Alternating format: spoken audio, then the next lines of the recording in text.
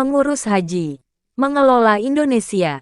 Musim Haji tahun 1444 Hijriah tahun 2023 Masehi mengusung taglin, Haji berkeadilan dan ramah lansia. Taglin ini diusung dalam rangka meningkatkan kualitas layanan haji di era kepemimpinan Gus Menteri, Haji Yakut Kholil Koumas. Di bawah kepemimpinannya, Indonesia menjadi negara yang memiliki kuota haji terbanyak tahun 2023. Yakni 22.100 anggota jemaah haji, dengan komposisi 203.320 anggota jemaah haji reguler dan 17.680 anggota jemaah haji khusus. Beberapa hari terakhir ini, kita menyaksikan secara bergelombang jemaah haji diberangkatkan ke Tanah Suci.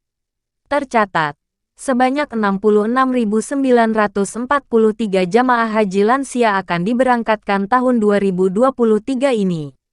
Atas dasar ini, maka prioritas pelayanan jamaah haji lansia semakin ditingkatkan, bahkan menjadi pondasi dalam program haji beberapa tahun ke depan.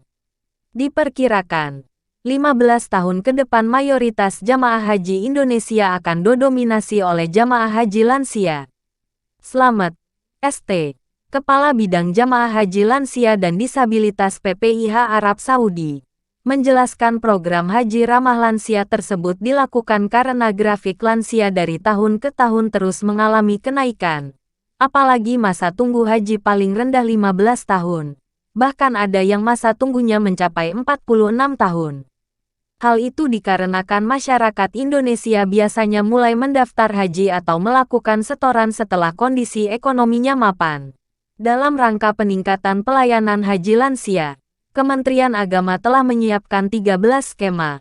5 skema di antaranya, yakni petugas, pembentukan kloter, manasik haji, kegiatan di kabupaten, kota, dan kegiatan di asrama haji. Kami menyiapkan petugas salah satunya melalui bimbingan teknis dan pembekalan dengan muatan-muatan pelayanan bagi jemaah lansia dan membangun kepedulian terhadap sesama jemaah, katanya.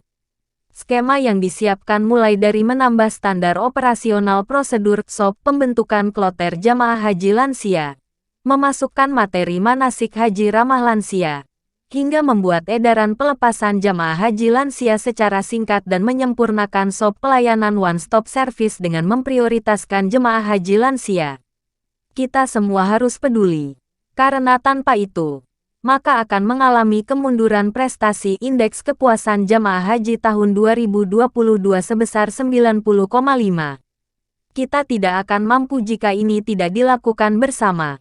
Oleh karena itu, harus ditanamkan kepada diri masing-masing untuk menjaga kepedulian dan bahu-membahu dalam memberikan pelayanan kepada para jamaah haji lansia, kata Slamet. Kita patut bersyukur, setiap tahun kualitas pelayanan jamaah haji Indonesia semakin membaik. Apalagi pelayanan jamaah haji lansia mendapat prioritas tinggi, sehingga dari sini kita dapat bercermin.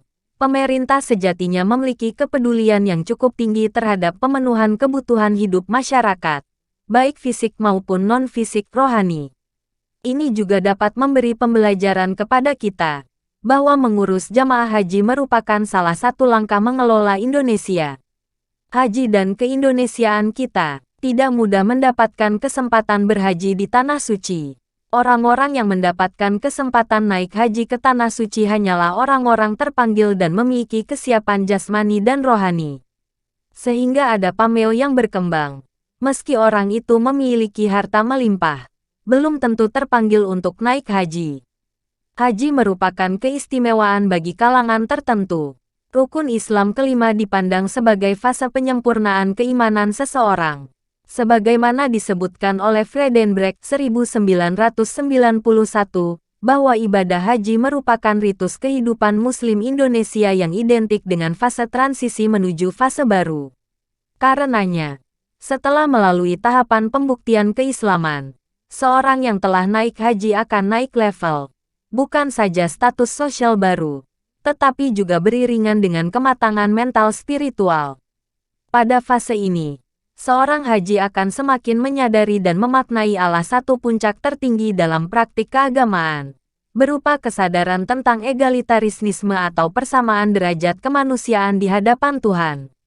Merujuk kepada tulisan Profesor Muhammad Zainuddin, Profesor Sosiologi Agama, sekaligus Rektor UIN Maliki Malang, bahwa salah satu bukti jelas simbol humanisme ibadah haji adalah adanya ajaran tentang egalitarianisme, melarang berkata jorok, rafats, berbuat maksiat, fusuk, dan berseteru satu sama lain atau jidal. Hal ini ditengarai berdasarkan khutbah perpisahan Nabi Shallallahu Alaihi Wasallam, yang menekankan pentingnya makna persamaan, keharusan memelihara jiwa, harta, dan kehormatan orang lain.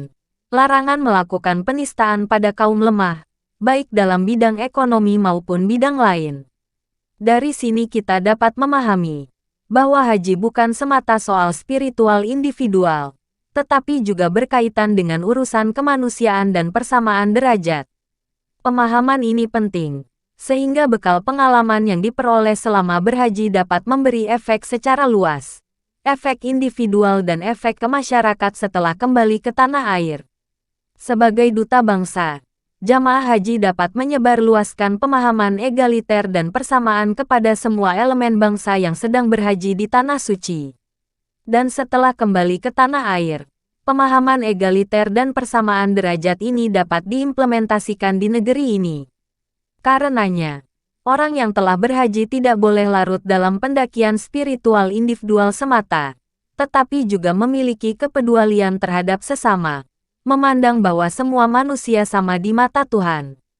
Negeri kita sejatinya terus berbenah menjadi sebuah bangsa yang lebih baik hari ini dan di masa mendatang. Pengalaman berhaji dan mengelola haji dapat menjadi bekal yang sangat baik untuk mengelola Indonesia yang berkeadilan dan ramah terhadap semua orang. Dari sinilah makna sejati tagline, haji berkeadilan dan ramah lansia. Pada akhirnya, kita boleh berharap pengelolaan haji yang berkeadilan dan ramah lansia ini dapat menjadi entry point mengelola Indonesia yang lebih baik. Pada saat bersamaan, kita boleh berharap jamaah haji kelak mendapatkan haji yang mabrur, dalam arti telah melakukan revolusi mental spiritual dan melakukan perbaikan-perbaikan kehidupan secara keseluruhan. Semoga